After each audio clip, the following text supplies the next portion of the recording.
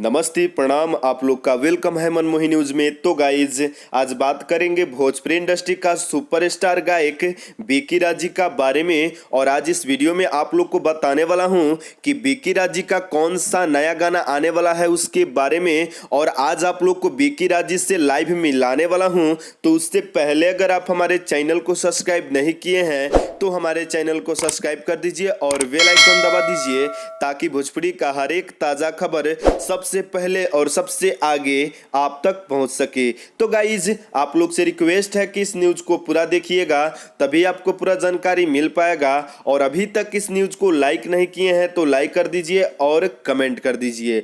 तो गाइज, आपको बता दें कि बिकी राज जी न्यू मैटर और हिट मैटर और दर्द भरा गीत लेके आ रहे हैं। और आपको बता दें कि उस गाने का बोल है दर्द होता दिल में। तो गाइज, एक बार और सुन लीजिए, बहुत ही ज्यादा दर्दनाक गीत है दर्द होता दिल में। तो गाइज, आपको बता दें कि इस गाने को लिखे हैं भोजपुरी इंडस्ट्री का सुप्रसिद्ध राइटर मिठू मिसाइल जी। उसी तरह आपको बता दें कि इस गाने को संगीत से सजाए हैं भोजपुरी इंडस्ट्री का ब्रांड म्यूजिक डायरेक्टर डीजे विकास राज जी। तो गाइज, यह गाना कब रिलीज होगा और कौन से चैनल से रिलीज होगा, खुद सुनिए बिकी राज जी से। नमस्ते, प्रणाम, आदाब। अब तमाम भोजपुरी भैया के हम भोजपुरी गायक बिकी राज। और आप सबको बतावे कि चाहता हूँ कि कल सुबह 5:45 में रिया फिल्म्स के चैनल पर हमारा बहुत ही सुंदर दर्द भरा सैड सॉन्ग रिलीज हो रहा बा, जौना गाना का नाम बा दर्द होता दिल में। और आप सबको बतावे कि चाहता नहीं कि एक चैनल है, जो कि चैनल का नाम है मनमोही न्यूज़ भोजपुरी, जो कि हमारे मनमोही भाई का चैनल है। और जितना भी हमारा गाना अपलोड होता है रिया फिल्म के चैनल पर, सबका कब आने वाला है, किस टाइम में आने वाला है, सबका अपडेट इस चैनल के माध्यम से मिलता है।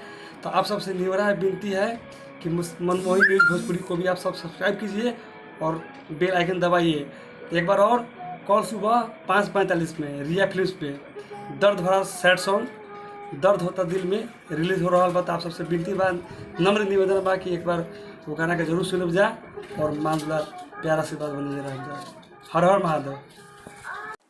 तो गाइज, आप लोग देख लिए बिकी राज जी का वीडियो। और इस वीडियो से आप लोग को पता चल गया होगा कि बिकी राज जी का ये दर्द भरा गीत कब रिलीज होगा और कौन से चैनल पे रिलीज होगा।